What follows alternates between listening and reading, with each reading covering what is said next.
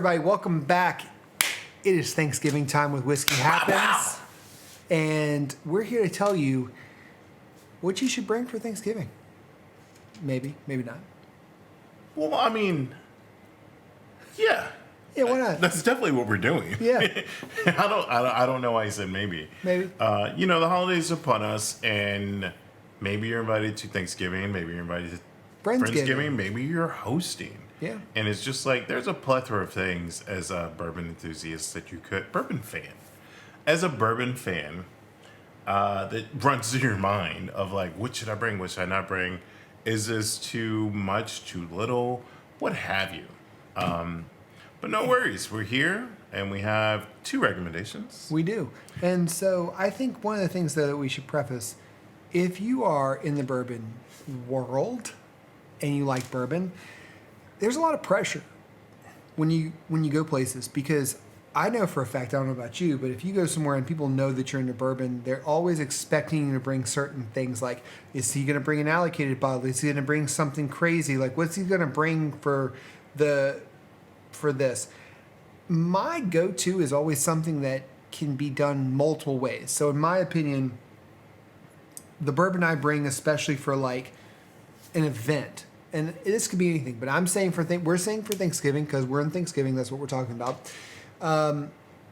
Bring something that can be easily put in a mixer, easily put in a mixed drink, easily drank neat, on the rocks, however you like it. Bring something that is universally acceptable for people to drink. There is a certain thing of like, oh, you're in a bourbon. What are you bringing? Yeah. And I think people always think you're going to bring something allocated. Yes. And I try not to. I agree. From the standpoint of, not that I don't want to share with you. You come to my house, drink whatever you like. I've only ever had 2 bottles in my lifetime where it's like, ask me before you open that. And I've never said no, but it's just like, I just want to be aware. Yeah. Because like, if we're killing this bottle tonight, I want to get in on it. I don't want to miss out. Call me selfish. But I still don't have any objections to people enjoying it, right? Yeah. But that being said, like, I think we both, and we selected our choices solo. Yeah. But we both have a commonality. Both these bottles that we picked are Texas bourbons. They are. And I think that brings us to a different thing. I like to have experiences with people that might be something, yes, you're going to like, more than likely. But you might jump through a few hoops, but attainable. Yeah.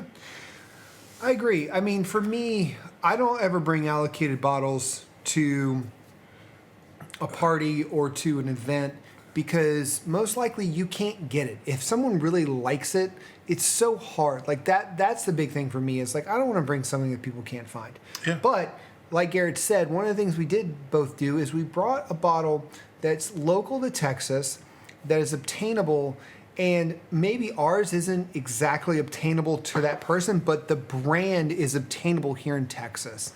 And that is what we're trying to do. Is my focus on my bottle was, and I'll get to it, Milliman Green. So Texas bourbon. This one's 122 proof. This is a goody store pick. You can't get this one. They've done with this pick, but I love this. But you can get Milliman Green at any store in Texas. Yes. And so if you like the flavor profile, you can be able to pick that. Another reason I picked this is a great bottle for an 122 proof. If you like a proof hound and you want to drink it neat, go ahead. If you want it on the rocks, it calms it down. It's about 110, 115. And then in a mixed drink, this is phenomenal. This is really great stuff. Garrett and I have drank this for a while and really love this. But once again, like I said, for us, for me, but I can speak for Garrett on this, it's something that's approachable to everybody. You can find it in a store. You can mix it, do whatever you want with it, and still really enjoy it. And that's why I picked this one. What did you pick? Yeah, well, I'm going to comment on this as well, because like, this was introduced to me by another Texan. Yeah. I mean, spooky. Technically, you're not a Texan, you're from California, but lives in Texas and introduced me to this brand. So it's like, I appreciate that, and I've gotten store picks as Yeah. well through Spooky, Yep. and I don't regret it whatsoever. And I think that that's the part about sharing Yes. these local things with people, because like, what's better than what's in your own backyard? You guys know at the beginning of our channel, I was in Virginia. John J. Bowman, always. Always. If I've been to your house, I've brought you a bottle of John J. Bowman, 100%. However, I am back in Texas now. Some would say where I belong. Yeah. I would say that. This guy right here, I said that. That's what I'm talking about. And not that, like, if I can find a bottle of John J. I screwed up, everyone. I moved from Virginia. I didn't stock up. I knew it was distributed here in Texas, so I didn't think too much about it. Yeah. However, the last time that I know there was a drop in Austin was August, and there has been one since. So I'm hard up. If you have a bottle of John J. Bowman, I would be happy to trade you. Get at me on Instagram. Long-winded way of saying, still Austin. That's right. I have been to the distillery several times before I moved back. And right now they have their limited release series, Bottled and Bond series. Yes. However, this is the High Rye, which is the current series. I would encourage anyone, regardless of the time of year, if the red corn was excellent, this 100%, one of my top bourbons for this year. It is definitely, It's great. I've made a list, but I know that this is one of the best things I've tasted this year. Penelope 9 is on that list as well. But I wouldn't take a Penelope 9 to someone, just wouldn't, because you may not ever get it. It's true. This is readily available here in Texas. I believe $80 is the price point if you get it at the distillery. You can find it in other shops sometimes for cheaper. Yeah. But if you have a chance to go to the distillery, just pay it. But- You're there. Do it. But the brand is good. You like a lot of the Yes. stuff that comes out of that. So that's what we're talking about. So that's what I said about Milliman Green. That's what he's talking about here with Slauson. This is a great bottle, and I agree with him. If you go back and look at some of our previous videos, we've talked about this bottle. John introduced me to Milliman Green. Loved it.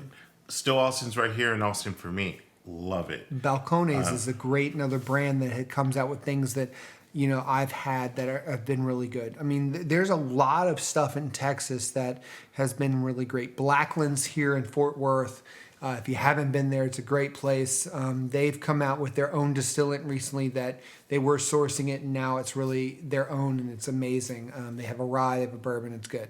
Yeah, TX has a lot of great varieties. So I think if you're going to a holiday party in general, like, bring something that you not necessarily have to struggle to get, but something that's like, hey, this is unique or readily available.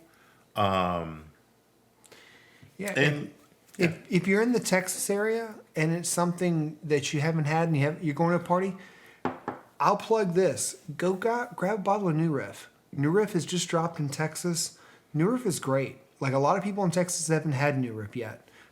It is a phenomenal bourbon out of Kentucky, and I think that's another one that we could have thrown on the list. It's just a regular bottle of New Riff that now is here in Texas.